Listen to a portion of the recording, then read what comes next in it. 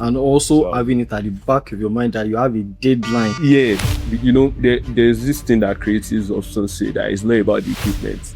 At That times it's is about the about- equipment. Yeah, Because actually. the system I was using before, the Yeah. display was, I won't lie, it was challenging. Being a student Yeah. and being a video editor, especially working on this project, like Still, still I feel a creative is not always satisfied. satisfied. Yeah. A lot of people were shocked to see on the project. And people were now coming to me and say, The movie produced by Miracle Femi Lazarus, Broken Mirror. Welcome back to another episode of Deep Film Reactions, whereby we bring actors, video editors, screenwriters, storytellers, and every other person that is involved in the movie to come here and talk about their experiences and other things that they feel should be shared with our audiences. So with me here, I have my name is Falujo, Testimony aka TJ, and a cinematographer, filmmaker basically, music producer and graphics artist. Thank you. you don't finish. Okay, yeah, I'm also a student. Also a I student. forgot that. Okay, I thought it's remaining like 3 more stops now. Did it, Because I know the epic count already. No.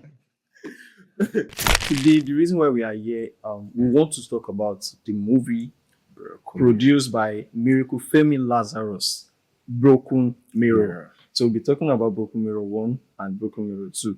The reason why we'll be talking about it is because I have the editor, the movie editor right here with me in this studio. Like, I have him right here. I have my uncle too. Yeah. So I'll be asking you like few questions about the movie. So the first question I'd like to ask you is that how did you get to be the video editor of this great movie? Okay. So first of all, I got to be on this project through the director which is the person of Sewedo Wusa. Sewedo Wusa. So we've worked together on some projects in the past. I think we worked on a short film together last year. So we've always kept in touch. So he just messaged me one day and he told me about the project and everything. So that was how it all went. So Wow. In fact, when I got to know that you were the video editor, I was like, bro. And I already knew like surely deliver because let me just skip that part. God help Let me us. skip that part. Okay, so my second question now is that what was your like overall experience like editing the movie, both the Broken Mirror 1 and Broken Mirror 2? My overall experience, I won't lie, it was challenging because this is like the first time I'll be editing a feature-length movie. Wow. I think before this project, before Broken Mirror 1, I've worked on just 2 short films. So literally, I was not ready. Like if you ask me that, bro, are you going to this year, because it was beginning of this year that I got the information to work on it. Okay. So if you would ask me at that point that, bro, will you be able to take a feature-length movie? I would probably have said no. Because I was not ready. My goal for the year was short films. So let me just chip this in. Yeah. How were you able to? Fine, you've talked about the overall experience, and how were you able to balance being a student and being a video editor, especially working on this project? Like, how were you able to balance it? I would say it's God, first of all.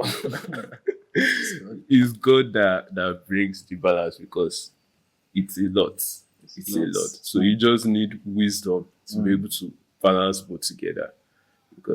And for a creative that want to like be looking for advice on that, just know what works for you and run with it. Just know where you are going to. And that's what I would just say because one will definitely suffer for it. because if you say, oh, you want to focus on education, Your career will be yeah, you have to box that aside. So and you just have to you have to prioritize things. You have to begin to prioritize things. Like when I was working on Broken Mirror, I knew I had to finish before my exams, so it won't affect anything. So I had to shelve everything before my eyes. And with times that it clash with classes, I know you just have to use the wisdom of God, basically. And also having it at the back of your mind that you have a deadline. Yeah. Bro. You just have to prioritize things at that point. There are some things that you stop doing. Maybe some friends that you hang out with. You have to share all that. Because you already have something that is already taking most of your time. Yeah, so you have to prioritize things. Wow. That's nice.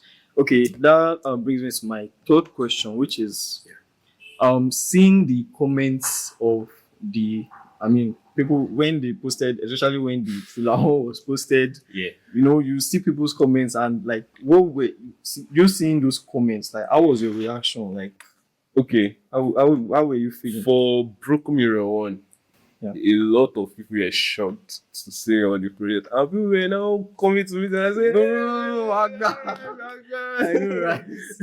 But after one, I knew people would think I'm proud, though. I felt it wasn't it yet because I felt that was not my best. I felt it could get better because there were some things that I did on it that I didn't imagine doing. Like, but still, stretched. I still felt like it could be better. It could be better. So, definitely there will always be more. Yeah. So when people were hyping me up during the period of 1, I didn't really feel it. But when 2 came too, I ensured that I gave it my best and everything. And still, I feel a creative is not always satisfied. Yeah. That's on point. That was just my feeling, basically. Yeah. I feel like I know there would always be more. Like, there will always be more. This is not the end. There will always be more. There will always be more. Yeah, there will always be more. What was your most challenging, should I say, experience, like during the course of the project? Yeah.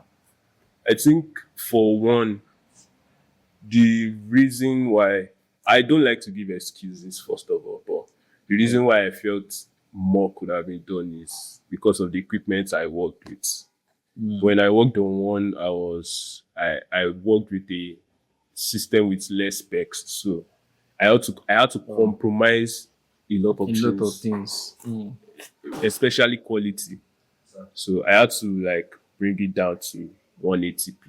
I'm just trying to imagine you trying to carry out a particular, and let me just make it simple, carry out a particular effect. Yeah. You already envisioned it and everything, but because of the device that you have, you have to just cut that. I think in terms of effects, it wasn't really limiting. It was in terms of quality because the movie was shot on 4K FX3, by the way. Wow. So I had to compress all the rushes down to 180p before I even start anything. Because the system I was using then, merely playing it was chopping. So I knew it would not do it unless I had to drop the quality. Wow. So I had to drop the quality and everything. And I think on one, the color grade was, although maybe it was good, but I was not so satisfied with the color grade too. Wow. But I had to that was one of the compromises that I just made because of the tools that I had at that point. And also in terms of VFX. Yeah, in terms of VFX, I had to improvise a lot of things to be able to achieve. Although I think one didn't have a lot of VFX, but two had a lot of VFX. Broken Mirror 1, you did the trailer, you did the full movie. So when you did Broken Mirror 2, what were the things that you think that you did better than the one Broken Mirror 1? Yeah. First of all, what I think I did better was the color grade. I know I did better. I did way better. And I think in a way the equipment I used to it's a thing that there's this thing that creatives also say that it's not about the equipment. At times it's about the equipment. Yeah. Because actually. the system I was using before, the display was not so there. So when I watched it on that system, the color grade was okay. Okay. But when I was watching it on larger screens, I screen, was like, like- Jesus. So, but when I was working on this project, the system I used, the display was accurate. So I could see. You were able to decipher Yeah. if this is enough. If Yeah. this isn't. And one thing I think I really did well is the VFX. There's this VFX in scene 1 Okay. where the mother was knocking on the door. So actually, the director didn't give me directions in terms of you just have to play VFX. on your own creativity. Yeah. Nice. In fact, if you watch the trailer, Yeah. you will see that there was no VFX in that particular scene. In the trailer. Yes. But when I've chopped the trailer, I was done chopping the trailer. Then I came back to I was just working on it, and I was thinking this thing is looking too bare. It's not giving the emotions yet. So I just thought, okay, because actually, sorry to pause you. yeah, To come to think of it, yeah, when I first of all saw the trailer, for Broken Mirror 2, yeah. now that I'm seeing this one with the VFX, it's giving a very, very big difference. Yeah. Like it's like this stuff that The effect. it just sets the tone of the scene. Yeah, Because the one in the trailer, it was just looking ordinary, like someone just knocking. yeah. But with this that I'm saying now, it's giving this kind of like spiritual vibe. Yeah. Wow. So what I did basically in this scene is that I reduced the what do you call it now? The temperature to be cool. Okay. So I don't know if you watch Stranger Things. I've watched it. Yeah. When they want to depict the upside down, he's always giving this cold vibes. Yeah. So I just thought of, because it was around the time that I finished watching the last season of Stranger Things. So I was like, what if I can do something like that? This. So I just reduced the temperature to be cool. Then I added the smoke effect. So though I feel for someone that is a VFX artist, they will know that They would have the known that smoke is not smoking, but to a mere human eyes, I don't think you'll be able to decode that the smoke was not done on set. So it can only be detected by probably VFX artists. Yeah. But you really did an amazing. Okay, I think I also did something that I didn't mention. Okay. I made the feel gloomy, like a dreamy feel. Dreamy feel. So you will see that the content is not really sharp. Okay, so that the mist is going to kind of blend. Yeah, so everything will just look like foggy. So to just wrap everything up, my last question, final question, is that are there any other projects that you are currently working on, like at the moment? Yeah. After Broken Mirror, I worked on a few other projects, and currently I'm working on a project. Okay. But I also have some there are personal projects and there are projects to do for clients and also. But I have 2 personal projects I have one on YouTube that is currently streaming. The title is The Honorable on Quadrant TV. The Honorable on Quadrant TV. So you can check it out. You can check it out. So That's I was privileged to be the director and DOP. Wow. That's nice. I have a big creative here in the studio. I'm saying it once again. We are big. We are big. We are And not the grace small. of God. All right, so thank you very, very much, Mr. Testimony Falujo.